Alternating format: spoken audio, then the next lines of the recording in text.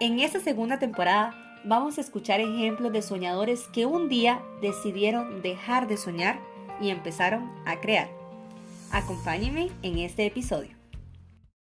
Hola, bienvenidos a un nuevo episodio de Lunática Podcast. Bueno, el día de hoy vamos a poder compartir un ratito con un costarricense. Les cuento un poco sobre él. Él estudió ingeniería física en una universidad en Alemania. Además, también realizó una pasantía en Inglaterra. Realizó su doctorado en la Universidad de Pensilvania, en Estados Unidos. Y bueno, actualmente realiza su postdoctorado en la Universidad de California, en Berkeley, en el laboratorio de la doctora Jennifer Dolan, la cual, bueno, es una pionera en edición genética con CRISPR. Vamos a conocer un poquito más de él, así que le damos la bienvenida y es un placer para nosotros tenerlo el día de hoy. Hola Ariana, hola lunáticos, gracias por invitarme, un placer para mí estar aquí con ustedes. Ay, muchísimas gracias, Enrique. Y bueno, empecemos un poquito contándonos sobre su historia, dónde fue su educación, un poquito los primeros años de Enrique. ¿Quién es Enrique? Bueno, yo nací en Costa Rica y crecí en Sabanilla, Montes de Oca. Mis papás son inmigrantes de Taiwán que llegaron en los 80s más o menos a Costa Rica, dejándolo todo atrás y sin hablar español ni nada, para empezar de cero en un país que no conocían.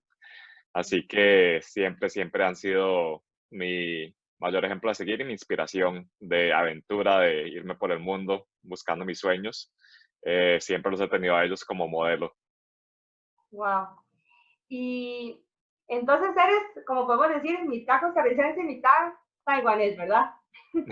Sí, y Porque bueno, sí, así crecí también y comíamos, por ejemplo, en la casa gallo pinto con una, no sé, sopa más como agridulce o una mezcla de, no sé, una mezcla siempre de patacones con arroz cantonés no, y sí, así entonces crecí. sí.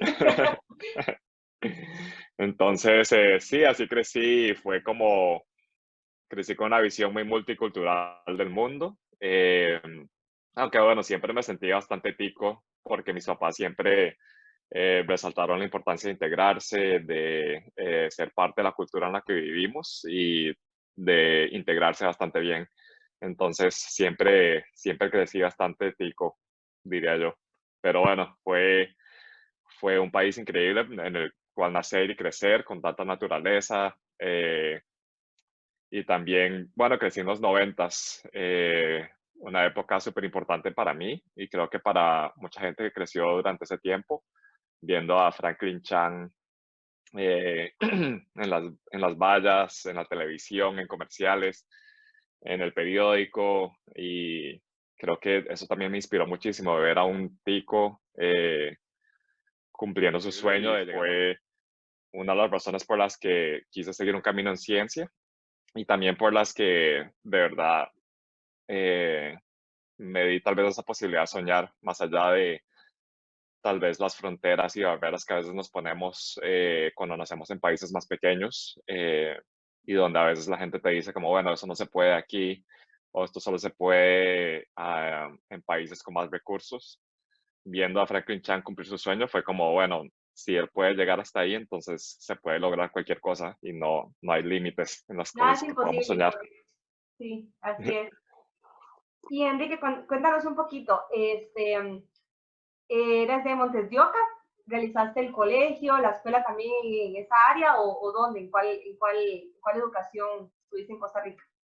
¿En cuál colegio? Pues sí, tuve mucha suerte porque mis papás eran súper visionarios en cuanto a la educación.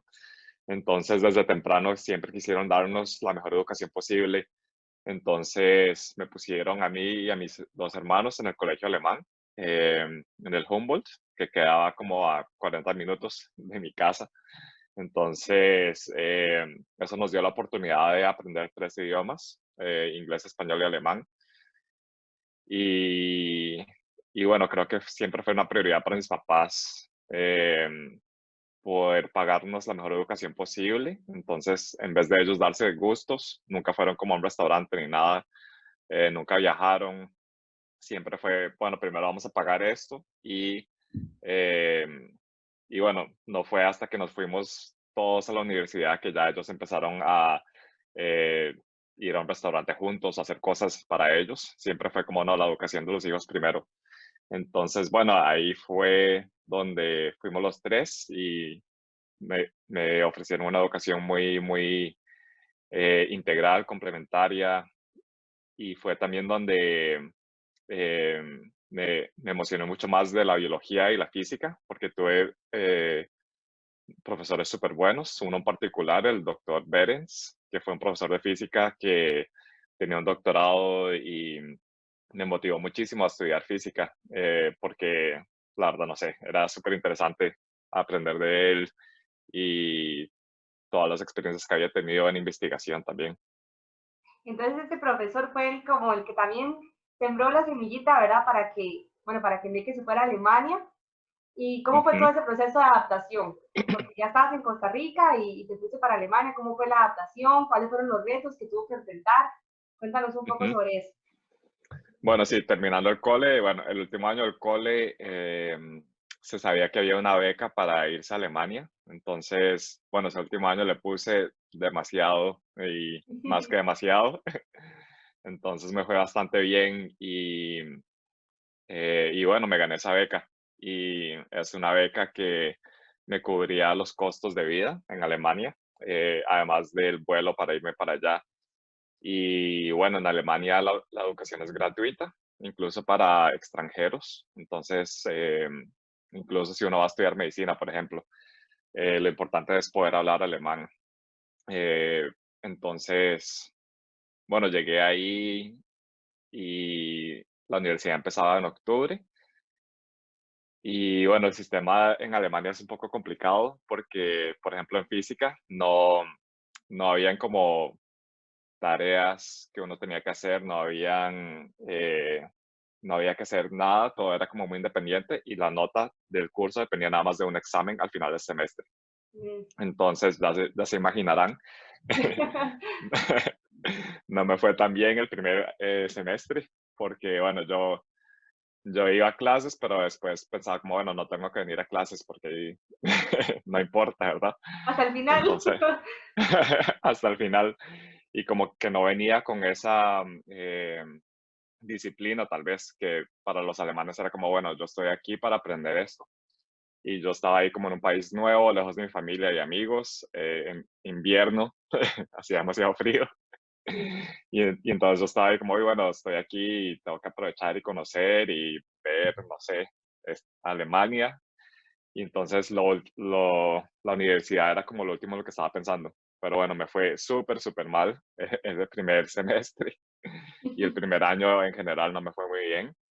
Pero bueno, ya entonces me di cuenta que me tenía que poner las pilas, que tenía que ir a clases, que nadie me iba a estar diciendo qué hacer ahí, que tenía que ser yo mismo. Entonces fue también como una forma de aprender tal vez a ser más disciplinado y hacer las cosas porque yo quiero y porque yo sé que son importantes. Entonces después de eso me empezó a ir mucho mejor.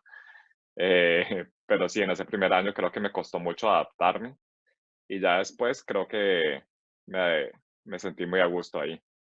Eso que dices de que ya, ¿verdad? Apenas que uno toma el avión, se da cuenta que todo lo que venga después de eso va a dar cuenta de uno y que si uno no se Eso pone sí. las pilas, como decimos los ticos, nada va a suceder. Y es muy curioso porque, bueno, como le comentaba al inicio, en Rusia es muy parecido, en Rusia también es un examen al final y Uf.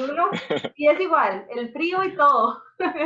Y uno se espera hasta el final, hasta después que se da cuenta que en realidad es todo un proceso y que Ujú. uno va a adquirir el mismo conocimiento si se espera hasta la prueba final que si empieza a estudiar desde el inicio, ¿verdad?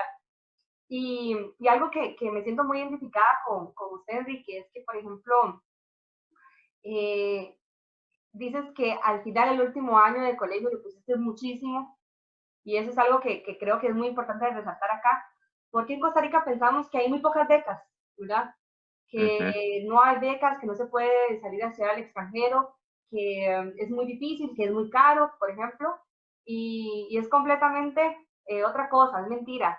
De hecho, lo que yo comentaba con muchas personas, porque por ejemplo aquí en Rusia hay muy poquitos costarricenses, es que cada año se desperdician muchas becas por Ujú. la razón de que hay muy poca información sobre ellas.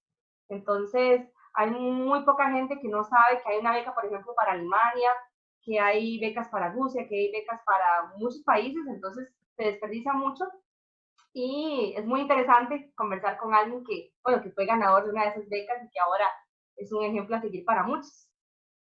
Sí, es cierto. Y la verdad, creo que me pregunta mucho también como, bueno, eh, ¿cómo hizo para ganar esa beca? Y es cierto, hay muchas, muchas becas y nada más no son tan fáciles de encontrar y toma tiempo buscarlas, pero bueno, vale mucho la pena, ¿no?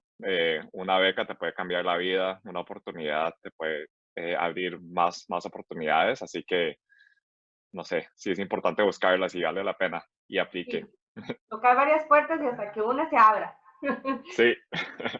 Y ahora, relacionado a eso, ¿cómo fue que te diste cuenta? Bueno, ahora nos contabas que también la figura de don Franklin Chang fue muy importante en ese tiempo para tomar la decisión, pero ¿en qué momento te diste cuenta que querías estudiar?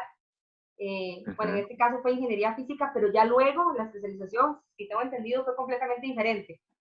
Sí. Bueno, creo que, eh, bueno, en Costa Rica el colegio termina en noviembre, creo. Entonces, tuve todo un año para decidir, porque no empezaba hasta octubre la universidad. Entonces, estaba entre mecánica e ingeniería física durante ese tiempo. Y bueno, tenía tanto tiempo que no sabía muy qué hacer. Pensé en ir a trabajar a un call center por un año, pero bueno, terminé trabajando para un lugar que se llamaba la Academia Europea y estaba enseñando inglés a adultos. Y también aproveché, tenía una amiga que iba a ir a trabajar con Franklin Chang, de hecho, por 2 semanas a Astra.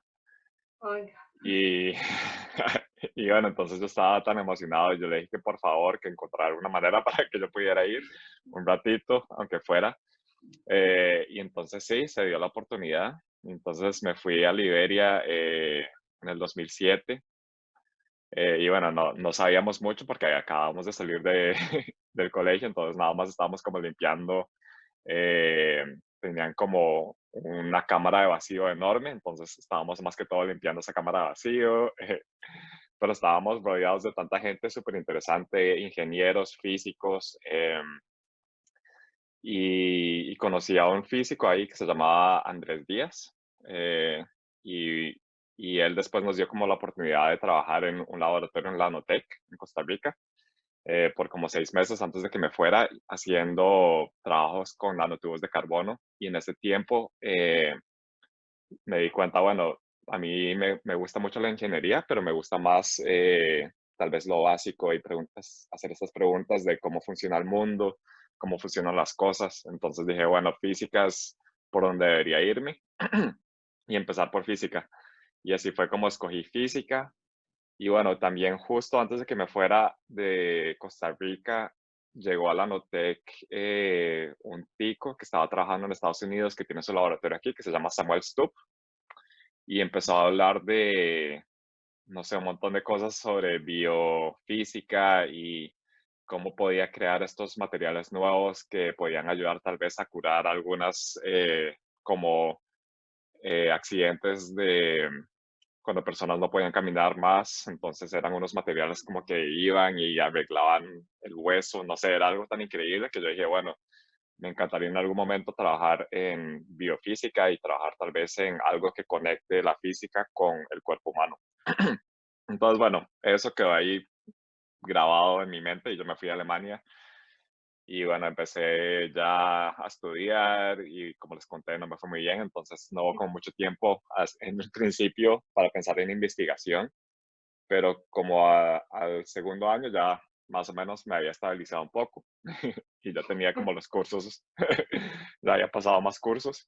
Entonces dije, bueno, quie- quiero, y había todo un departamento de biofísica en esa facultad donde yo estaba. Entonces dije, bueno, yo quiero hacer un poco de investigación y aprovechar que estoy aquí y así también voy aprendiendo algo nuevo. Entonces fui a tocar muchas, muchas puertas y bueno, en la mayoría me dijeron que no había espacio, bueno, que tal vez el próximo semestre. Entonces, bueno, yo ahí envié más emails y creo que fui como a 10 lugares y me dijeron que no en todos. Y bueno, después vi que venía un nuevo profesor que iba a empezar su laboratorio, que estaba terminando su postdoctorado en Estados Unidos. Entonces yo dije, bueno, esta es mi oportunidad. Le mandé un email y le dije que yo sabía que no había llegado, pero que me parecía muy interesante su investigación y que quería poder trabajar en su laboratorio si era posible. Y entonces él me dijo que sí, que nadie lo había contactado todavía, que sí, que fijo. Se llama Hendrik Dietz y trabaja en ADN origami. Entonces la investigación que estaba haciendo es cómo podemos utilizar el ADN para construir materiales súper pequeños o utilizarlo como material de construcción, porque podemos controlar las bases complementarias. Entonces podemos decir, y bueno, tenía unos ejemplos ahí súper locos, que era como hacer una carita feliz que solo medía como 5 nanómetros. Y había construido cajitas, había construido, no sé, un montón de cosas que solo se podían ver en microscopios. Y a mí me parecía súper emocionante la posibilidad de poder utilizar el ADN de una manera tan diferente, tal vez. Y entonces, bueno, llegó después de Estados Unidos, empezó su laboratorio y yo estuve ahí desde el principio, desempacando, ayudándole a establecer el laboratorio, así que fue muy emocionante. Y trabajé ahí por como 2 años después. Wow, y Y en esos 2 años, Enrique, ¿alguna anécdota que nos quieras compartir? Algo que te haya pasado, y algo que dices, sí, tengo que compartirlo porque en ese momento y hasta el día de hoy no lo olvido. uf, no sé, porque pasaron tantas cosas en esos 2 años y ya fue hace bastante, la verdad, pero em, creo que sí fue un momento donde me enamoré más de trabajar en un laboratorio porque eh, me acuerdo muy bien la primera vez que construí, digamos que unos tubos, eran como unos tubos de ADN y luego los fui a ver en el microscopio, es con un Tunnel Electron Microscope, un microscopio de electrones. Y entonces cuando vi las formas que había hecho fue, no sé, demasiado emocionante ver que había podido construir algo que, no sé, que no se podía ver, pero que solo se podía ver a través de ese microscopio especial. Sí, no sé, fue demasiado cool. Y te hago la pregunta porque es muy interesante. En algunas entrevistas que he hecho anteriormente, está muy relacionada al espacio. Entonces, claro, para mí es muy emocionante saber que se construye algo que usted va a ver que se lanzó al espacio, ¿verdad? Pero ahora en el caso tuyo es eso de poder construir o poder hacer algo que tal vez muy visible no puede ser, pero luego en el Ujú. microscopio y de una manera u otra sabes que es de gran utilidad y que es muy importante, entonces eso es increíble. Creo que es una sensación muy bonita y saber que el trabajo y el estudio de tantos años da resultados.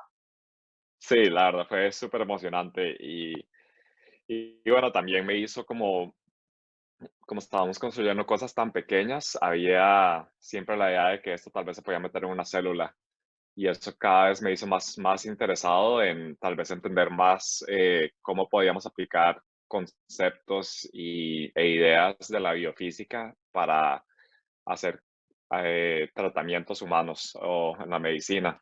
Y fue así tal vez también que poco a poco yo dije, bueno, me encanta la física, aunque hay una parte que siempre me pareció un poco muy abstracta de la física. Y yo dije, bueno, quiero tal vez hacer algo que sea más aplicado a los seres humanos. Y también me regresó un poquito es todo lo que les había hablado de Samuel Stubb, Ajá. el tico que estaba trabajando acá. Y dije, bueno, me encantaría poder hacer algo más como eso.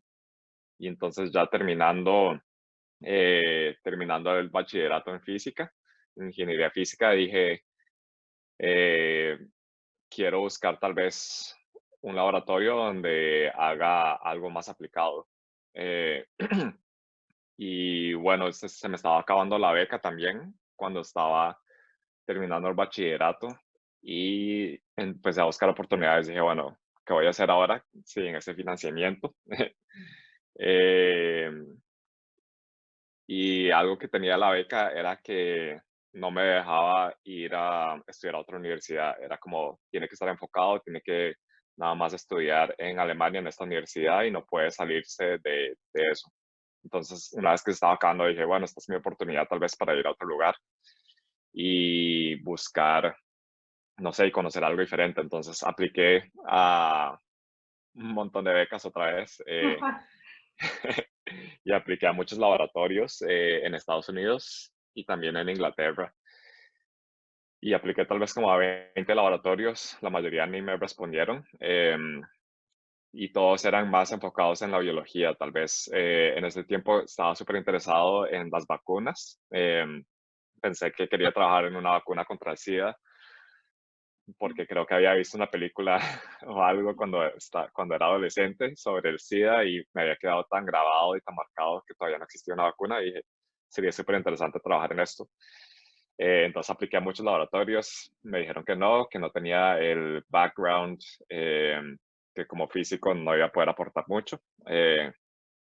Y después un laboratorio que estaba trabajando en química medicinal en la Universidad de Cambridge. Era un profesor súper, súper joven también, otra vez. Él me dijo que sí, que claro, me respondió como a los 30 minutos, como ahí, si quiere viene, pero me dijo que no me podía pagar. Entonces era como, sí, sí, sí, claro, venga, trabaje, pero sí, usted ve cómo hace. Entonces, bueno, igual yo estaba súper emocionado y le dije que sí, que iba a llegar y entonces empecé a buscar más becas porque ya tenía como un lugar al que iba a ir y apareció una que justo ese año estaba abriendo una beca de la Unión Europea, que antes era solo para europeos y ese año la estaban abriendo a personas que venían de países con menos recursos. Entonces ya yo fui a la oficina y pregunté, bueno, Costa Rica, ¿será que ¿Qué puedo participar califica? en esto? Y me dijeron, sí, y me dijeron que sí, y bueno, ya apliqué y me la dieron, entonces fue súper emocionante. Em, pero bueno, después llegó todo un rollo porque tenía que aplicar para una visa para poder ir a Inglaterra, eh, porque no estaban bajo el mismo sistema de visas que el resto de la Unión Europea. Ah, Y entonces se tardó como 6 meses el proceso. Se suponía que yo ya iba a ir como en un mes a empezar, pero en vez de un mes tardamos como 6 meses haciéndolo de la visa. Y bueno, en ese tiempo ya un montón de gente me dijo como, "Ey, para que iba a seguir esperando, que mejor nada más siguiera trabajando en el laboratorio donde estaba, y que ya no valía la pena". Y yo dije como, bueno, no, yo quiero ir, quiero ir a conocer algo nuevo. Y, y bueno, pasaron los 6 meses y ya al final se salió la visa y yo llegué a Inglaterra. Y como había pasado tanto tiempo, el proyecto que me habían ofrecido al principio se lo habían dado a otra persona. Entonces yo llegué y era como, bueno, no, ya usted no va a trabajar en esto que habíamos decidido, porque ya pasó tanto tiempo y se lo dimos a otra persona. Pero tengo este proyecto nuevo que es en epigenética. Y epigenética es más o menos cómo el ADN interactúa con el ambiente, cómo la organización del ADN dentro del núcleo influye en diferentes enfermedades. Eh, entonces, yo dije que sí, que yo estaba súper emocionado igual. Dije, bueno, cualquier cosa, yo Con estoy. toda la actitud. Sí. Y me encantó, la verdad, fue la primera vez que escuchaba epigenética y era algo parecido a ADN origami porque era estudiar cómo la organización del ADN, cómo se dobla y cómo se acomoda dentro del núcleo, influye en, por ejemplo, en cáncer o en diferentes enfermedades. Y entonces fue súper emocionante, no solo ver esa conexión, pero aprender sobre tantas cosas nuevas en epigenética y fue la primera vez donde ya empecé como a entender mejor porque cuando estaba estudiando física no entendía muy bien cuáles eran las preguntas abiertas en la biología, qué es lo que no se sabe todavía. Y fue la primera vez donde empecé a entender eso un poquito más. Y bueno, ahí pasé un año eh, en Inglaterra Ya después volví y terminé la maestría en Alemania, y en ese año también decidí, bueno, lo que quiero hacer es un doctorado que sea más enfocado tal vez en la bioquímica y la biofísica. Eh, y durante el tiempo en que estaba en Inglaterra empecé a aplicar a muchísimos lugares en Estados Unidos y en Inglaterra también apliqué como a 15 programas de doctorado y bueno, solo me aceptaron en uno. Entonces, no sé, les diría a todos que apliquen porque siempre, no siempre les dicen a uno que sí, más casi siempre es un no, pero de verdad solo se necesita una opción. Esto Entonces, exactamente es lo que quería decirte, que de hecho cuando estuve, bueno, estaba muy emocionada de poder hacerte la entrevista y cuando me aceptaste la entrevista yo estaba feliz de la vida. Y una de las cosas que me llamó mucho la atención en una entrevista que te hicieron, de hecho, fue una frase que dijiste y que de hecho es muy cierta, creo que es algo a aplicar. Y lo que dijiste fue que solo se necesita una oportunidad para continuar. Y es que la verdad, o sea, puede ser 15 veces la que uno aplique y solo una te acepta, pero esa es la indicada. Y esa es la que te va a llevar exacto. literalmente a donde quieres. Y eso es muy cierto. Y en la vida creo que nos pasa muchas veces que tal vez no tenemos el sí de primera y pensamos que no es porque no es para nosotros, pero en realidad la palabra que te define de verdad es perseverancia y mucho esfuerzo, así que muchísimas felicidades y muy orgullosa también de poder hacerte esa entrevista. Y metiéndonos más en el tema, ya de que estabas, bueno, dirigido ya a lo que era el doctorado y empezaste a buscar muchas opciones y demás, terminaste realizando el doctorado en Estados Unidos en la Universidad de Pensilvania, ¿cierto? Sí, Y exacto. de ahí, ¿cómo fue todo el proceso? Cuéntanos un poquito. Ujú. Bueno, bueno, yo solo apliqué a la Universidad de Pensilvania porque la persona para la que estaba trabajando en ese tiempo en Inglaterra, el doctor Alessio Ciulli, me dijo, bueno, este programa es bastante bueno. Y yo no sabía nada de la Universidad de Pensilvania ni de Filadelfia, pero bueno, apliqué y, y bueno, se me olvidó, como que se me olvidó. Yo dije, bueno, ya apliqué a ese lugar porque él me dijo. Eh, y bueno, cuando ya me llamaron para una entrevista y me dijeron que sí, ya empecé a buscar y yo como, "Oh, bueno, ¿dónde queda Filadelfia? ¿Qué es esta universidad?" Primero lo primero. Sí. Y ya, entonces, bueno, me fui, terminé la maestría y me fui para allá. Me vine a Estados Unidos, a Filadelfia, y la verdad que era una ciudad súper, súper chida, y me encantó. Y por ahí estuve 6 años más o menos, que fue lo que duró el doctorado, trabajando en el laboratorio de la doctora Shelley Berger, que es una experta en epigenética. Como que ya me había quedado grabado que me encantaba la epigenética después de la experiencia que tuve en Inglaterra. Y entonces quise seguir trabajando en esa área. Entonces, bueno, algo en lo que estoy trabajando es si pensamos en epigenética más como a nivel celular, si pensamos en las células en el cuerpo humano, todas las células tienen el mismo ADN, pero se ven súper diferentes, ¿no? Como una célula en un diente, una célula en un ojo, una célula en la piel. Y entonces, a nivel molecular, algo que define la identidad de cada célula es cómo está organizado el ADN dentro del núcleo de esa célula. Entonces, por ejemplo, en el diente van a haber partes del ADN que son importantes para hacer que la piel o las células en la piel sean elásticas. Esas partes van a estar empacadas, súper empacadas, no se van a poder leer, pero van a haber otras partes en el diente que están abiertas, que es como, bueno, necesitamos calcio y que hacer una estructura mucho más dura. Y entonces siempre me interesó mucho como tal vez entender eso, ese proceso de cómo la organización del ADN define la identidad de una célula.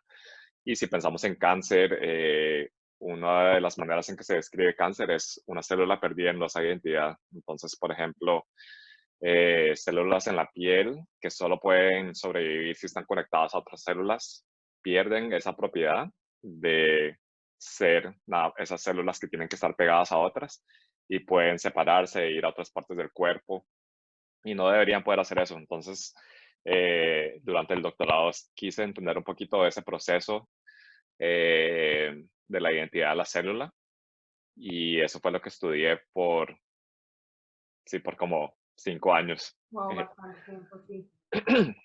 Así que sí, fue un proceso un poco largo y un doctorado pues es difícil.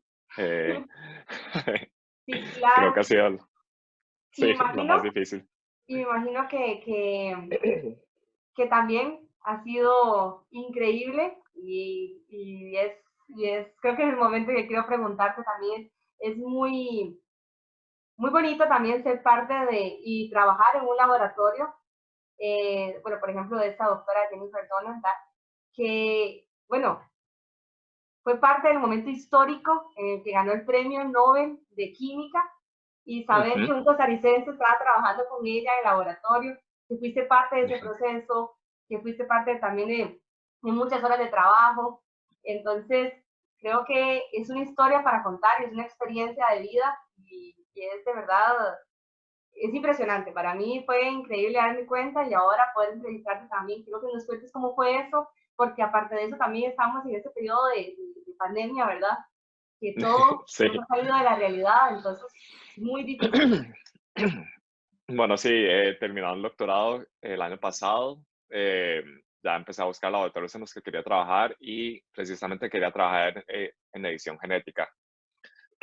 Y como he estado trabajando en ADN desde el comienzo, dije, bueno, ya he estado estudiando eh, cómo utilizar ADN como herramienta de construcción. Ahora, después estudié cómo la organización del ADN define la identidad de una célula. Y entonces después, pensando en mi postdoctorado, quería aprender cómo podemos manipular el ADN. Y entonces, precisamente buscando laboratorios que hacían esto, llegué al laboratorio de Jennifer Doudna.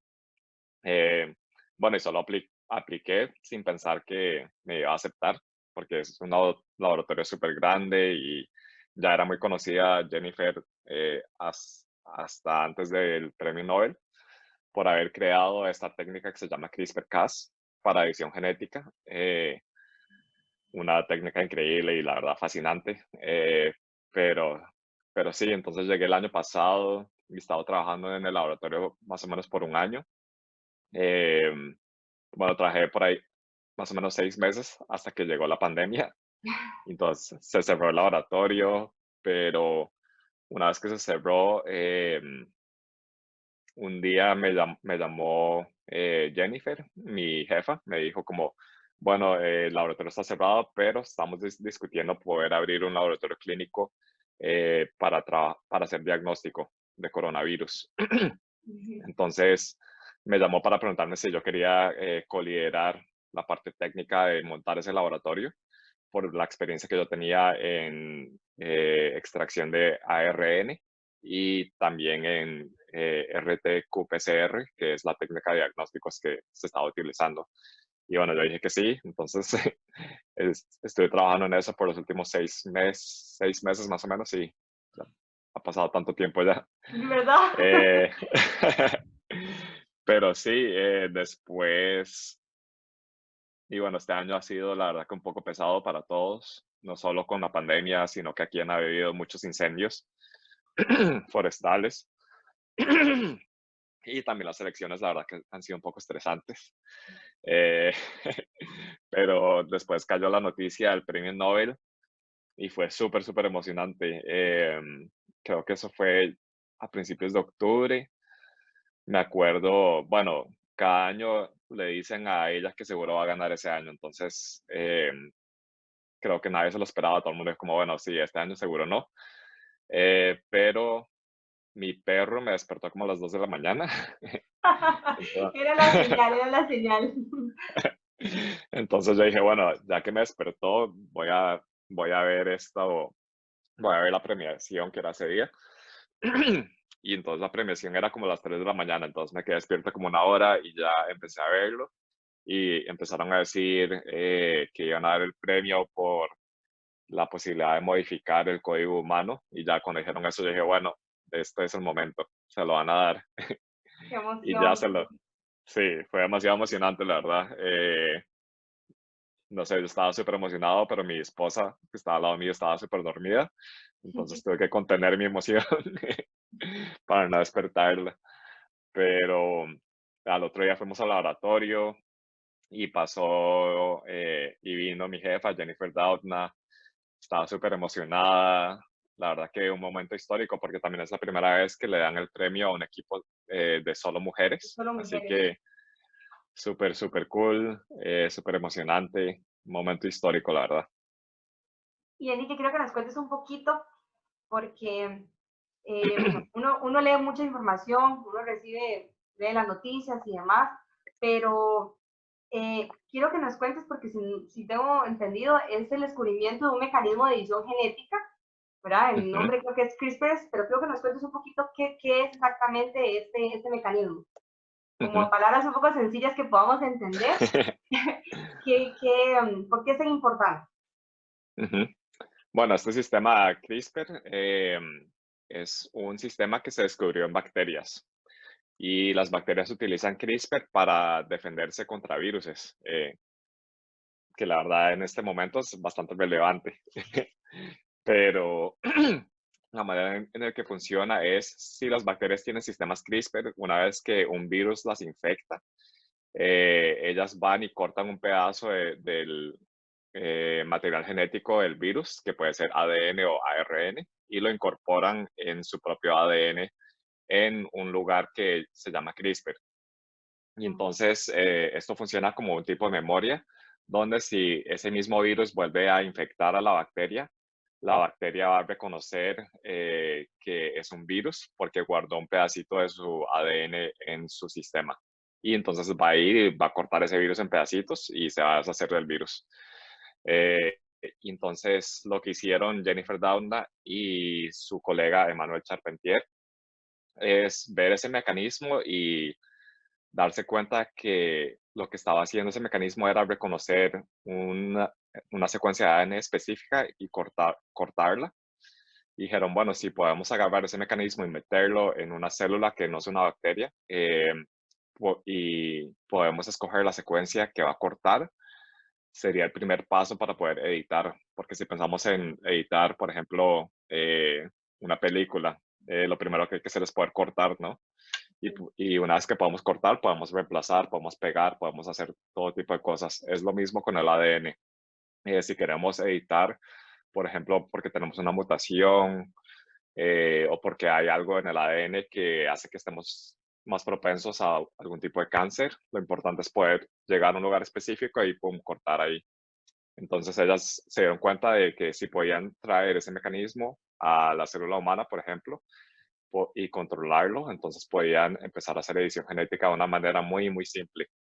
Y bueno, ya existían maneras de hacer edición genética antes de CRISPR, pero eran súper complicadas y carísimas, entonces no era como tan fácil hacerlo.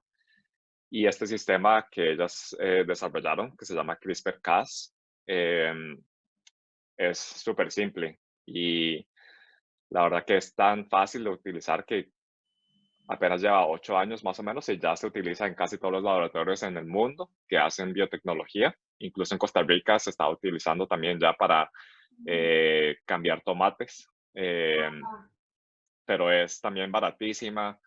Es una tecnología que se considera democratizante porque es de fácil acceso.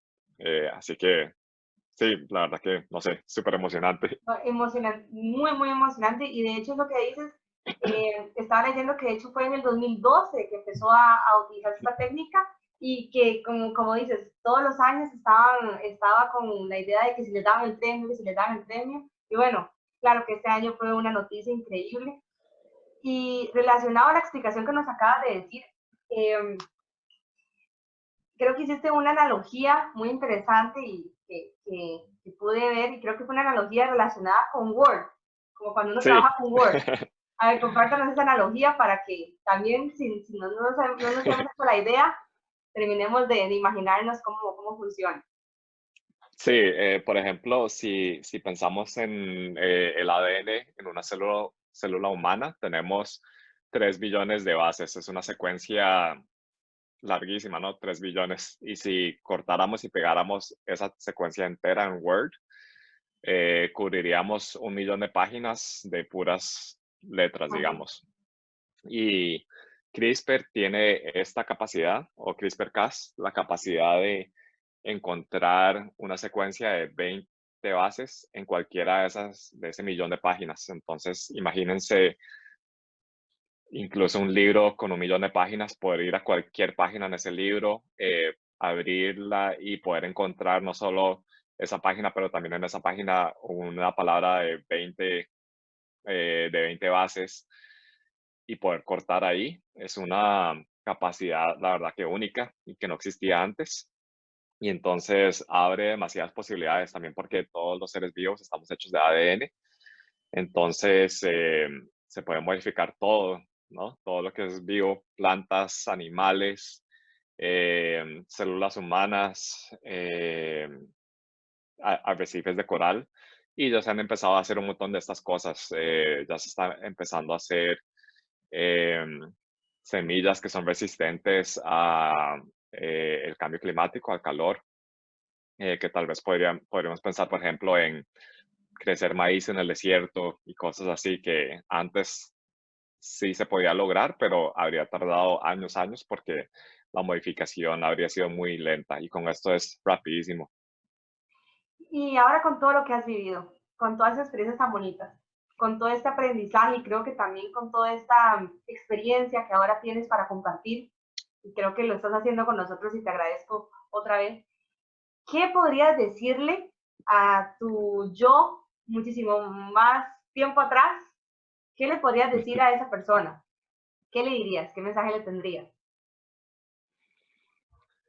Uf, muchos, pero le diría que siga soñando en grande, que los sueños sí se pueden cumplir, em, y, y que sueñe más allá de lo que cree posible.